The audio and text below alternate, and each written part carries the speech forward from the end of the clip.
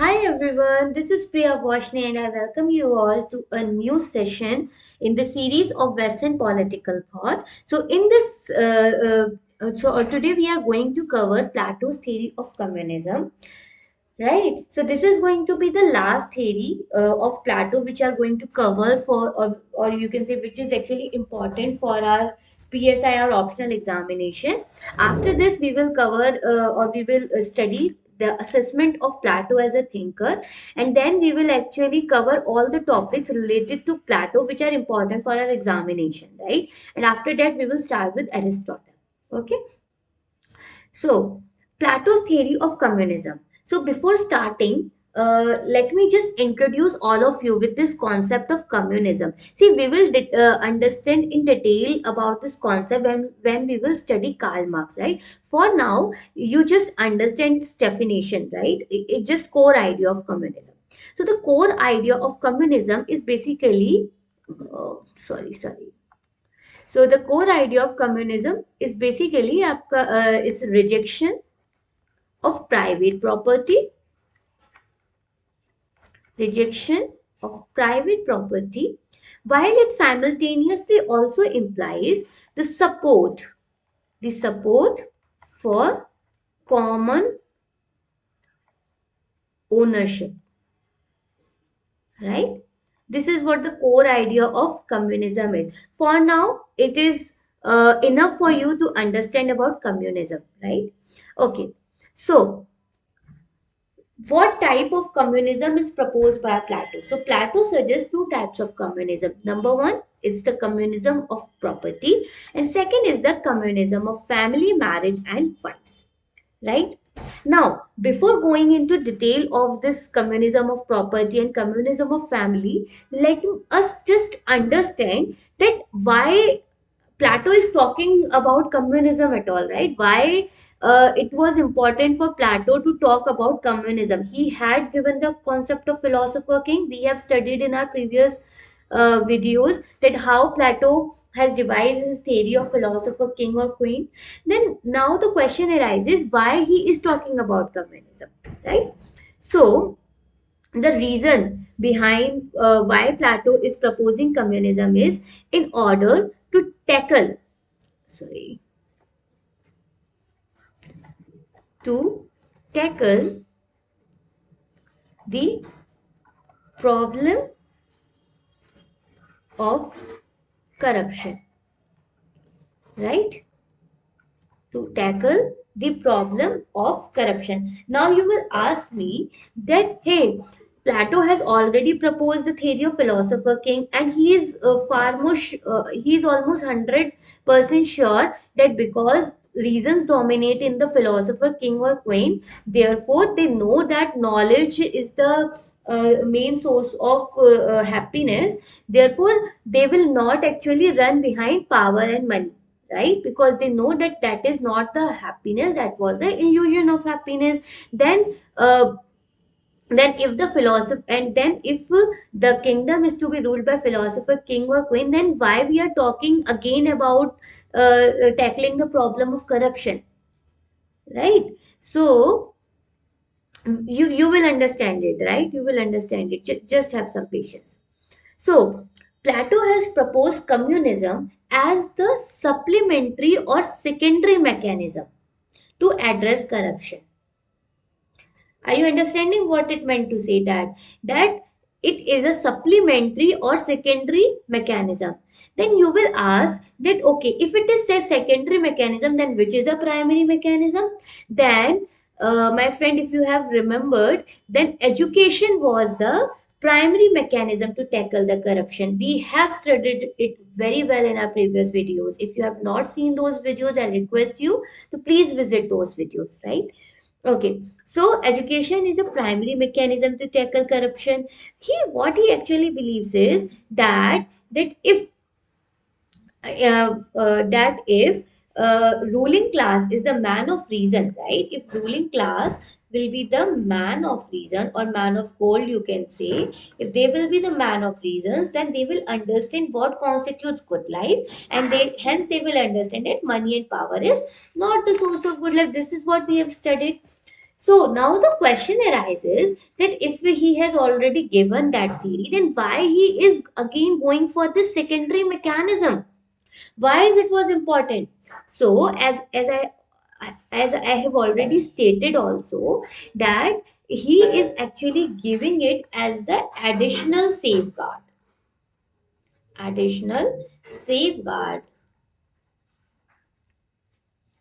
Why? Because he does not want to take any chance. He says that okay, though I primarily rely on the reason of the ruling class, but he also believes that even philosopher king is a human being. Even philosopher king is a human being. Now, the question arises that why Plato is referring to philosopher king as a human being. What is its implication of referring the philosopher as a human being? So, what we have studied is that every human being or every human soul has three elements, right? What were those three elements? Reason, courage, and appetite. These were the three elements, and the element which was dominating in the human soul was actually the basis of categorizing individuals into three categories. That was the man of gold, the man of silver, and the man of copper. Now Plato is saying that okay, I have chosen the philosopher king, then I am 99.99% sure that this person will not get corrupt. But he's adding that he is also a human being. Now, what does he want to say is that since he is a human being, then since all human souls or all human beings have three elements: reason, courage, and appetite, so it there is all there so there is a possibility that in some situations or in a particular situation his appetite may dominate over his reasons, right? So Plato basically does not want to take any chance. He wants to avoid even the slightest possibility of the ruler getting corrupt. Is it clear? I hope now it is clear to you that why Plato is devising or talking about the concept of communism, right? Okay. Now, what are the main features of Plato's communism?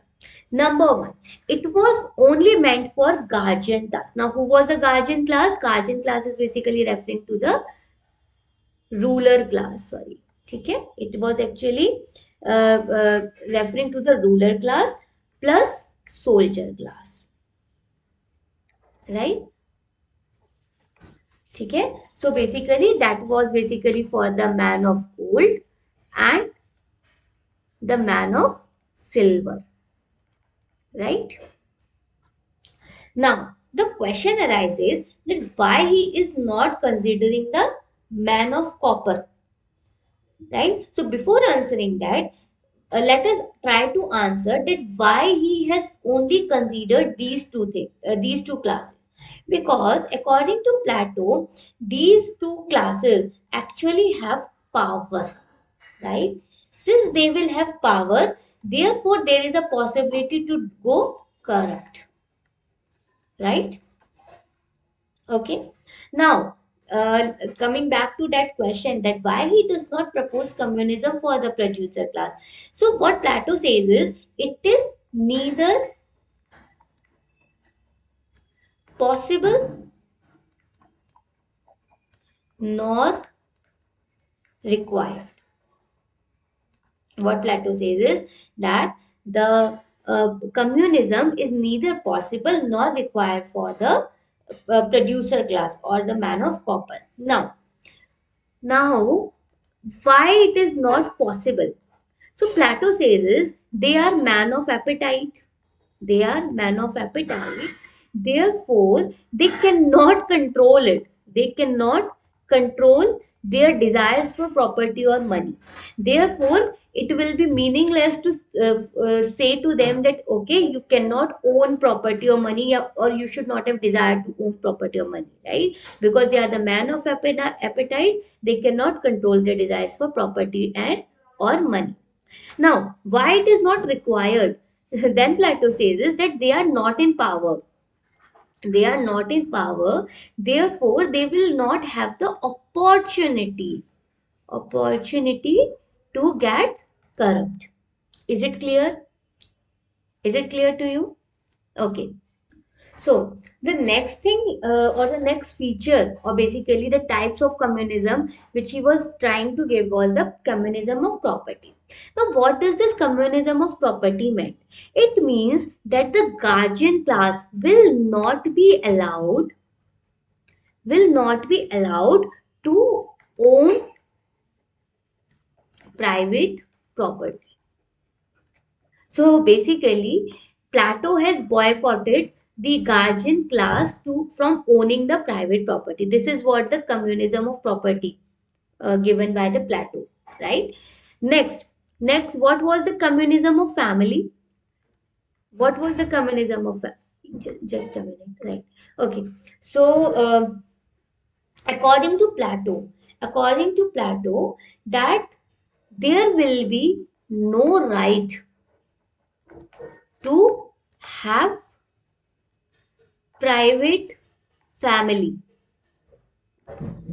So why Plato is saying this? So according to Plato, family is a bigger evil.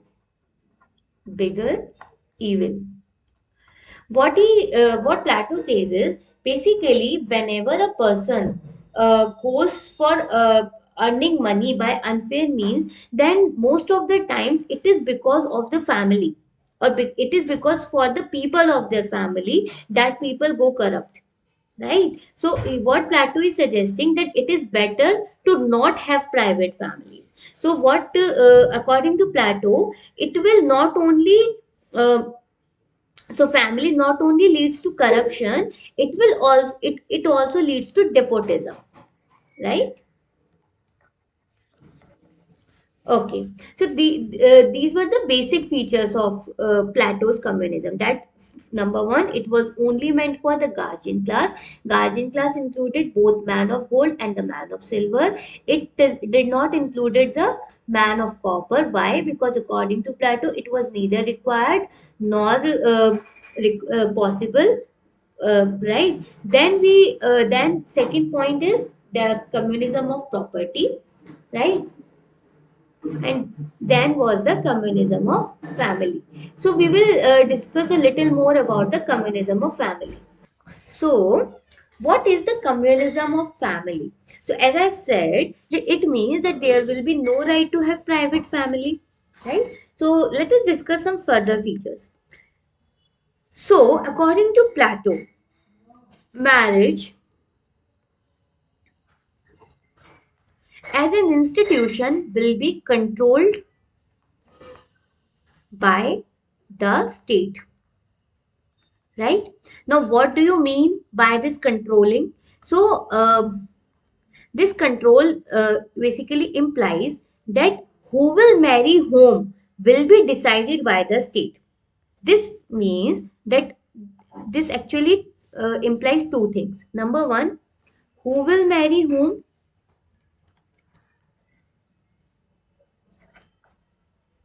and second thing, that not not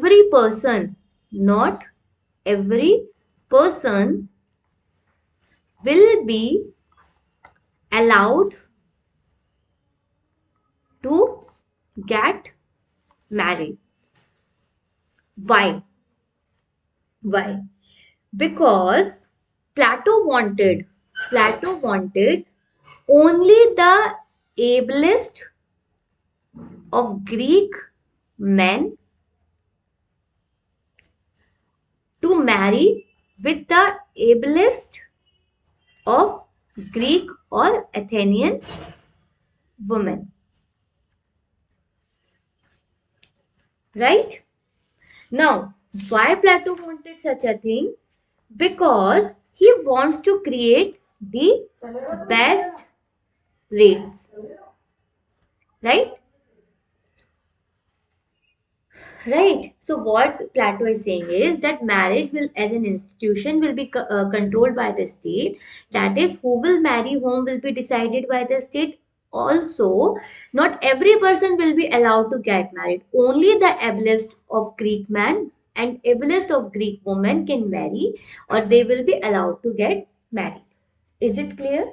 Now, what he is also saying is that after the marriage when the child is born, what or which is actually referring to the best race. So when the child is born, after few months, this child will be taken into custody of the state, right? He will be taken into custody of the state. Now, you must be thinking that what is the advantage of this kind of structure, or what is the advantage of this, especially this, because that when child is born, he will be taken uh, in the custody of the state. So, number one, according to Plato, it will tackle nepotism or bhai bhatijawad, right? So what will happen is basically ruler will not be able to identify who is his child, right? Therefore he will treat all the children as his child, right? Number one, to tackle nepotism. Second thing which Plato is highlighting is that will also lead to liberation of women. Liberation of women. According to Plato, women are unable to perform their duties towards the state or play a role in the affairs of the state because they are very much absorbed in the family or taking care of the children. Is it clear? So, this is what the communism of family given by the Plato. Now, Now, let us see the critical evaluation of Plato's communism. So, that is his communism of property as well as his communism of family. See, as I have also discussed in my previous video, that Aristotle is being considered as one of the biggest disciple as well as the biggest critic of Plato, right? So his theory of Aristotle actually criticizes his theory of communism, right? So what Aristotle says is that it is true that property leads to corruption, but property also has many constructive implications, right? How? What he says is that number one, property is a source of motivation,